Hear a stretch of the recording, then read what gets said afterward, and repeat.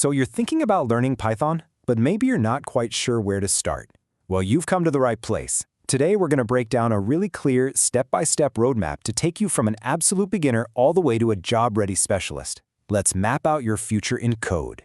Welcome to AI Verdict. We're all about making complex stuff simple, and that's exactly what we're going to do today.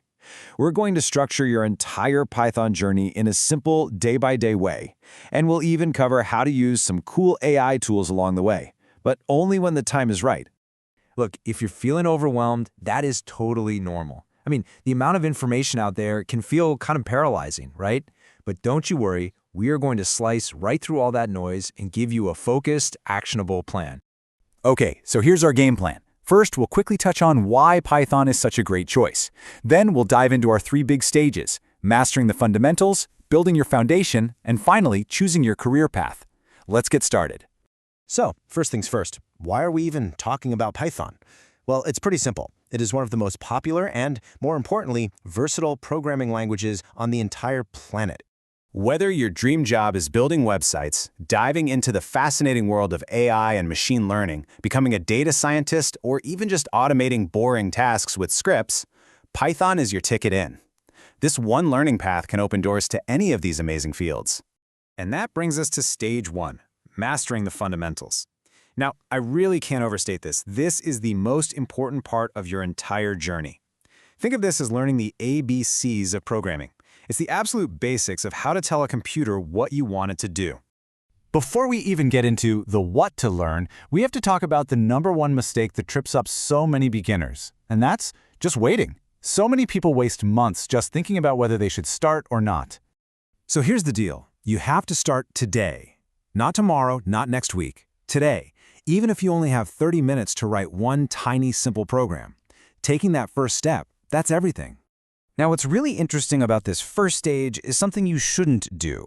Don't waste your time making pages and pages of notes or cheat sheets. Instead, your focus should be on one thing: typing code. You need to build that muscle memory by creating small programs from scratch. Think simple calculators or little scripts. Get those fingers moving.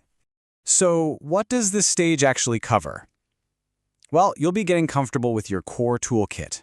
Things like variables for storing info, loops for repeating tasks, and functions for keeping your code organized. You can think of these 6 topics as the basic grammar of Python. Once you know them, you can start speaking the language. Let's be real for a second. You're going to run into errors, a lot of them. But here's the secret. Do not panic. You have to change your mindset. Bugs aren't failures. They are your absolute best teachers. Every time you have to figure out an error, you're building that problem-solving skill that companies actually pay top dollar for. All right, once you've got those ABCs down pat, it's time to move on to stage 2. This is where we go beyond the basics and start building a really solid, intermediate foundation in Python. This means we're digging into some more powerful Python-specific tools. You'll learn how to organize data like a pro with things called lists and dictionaries, how to work with files, and maybe most importantly, how to handle errors so your programs don't just crash.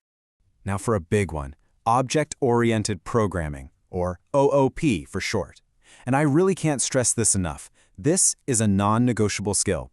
It doesn't matter if you want to go into web development or AI, OOP concepts are mandatory, and they will absolutely come up in your job interviews. OOP is built on what they call 4 pillars. Now these words, polymorphism, abstraction, encapsulation, and inheritance, I know they sound super intimidating, but trust me, the ideas behind them are actually pretty simple and powerful ways to keep your code organized as it gets more complex. So now that you can write some pretty solid code, where does it all go? This is where you level up and start using professional tools. You need to learn Git and GitHub. Every single project you build, from a simple game to a complex app, needs to be on your GitHub. That becomes your portfolio, and trust me, you absolutely want that link on your resume. Okay, so let's talk about AI tools like ChatGPT or GitHub Copilot. When should you start using them? Well, we have a very simple rule for you. During stage 1, absolutely no AI tools. You have to build your own fundamental logic first. But after you've completed stage 2, that's when AI transforms from a crutch into a powerful assistant. Now that you have a rock-solid foundation, we finally arrive at the really exciting part, stage 3. It's time to pick a specialization and start building toward your career.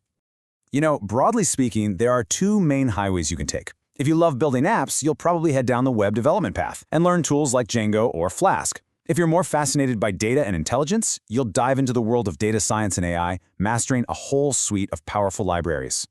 Want to know the secret to making your resume stand out from the pile? Here it is.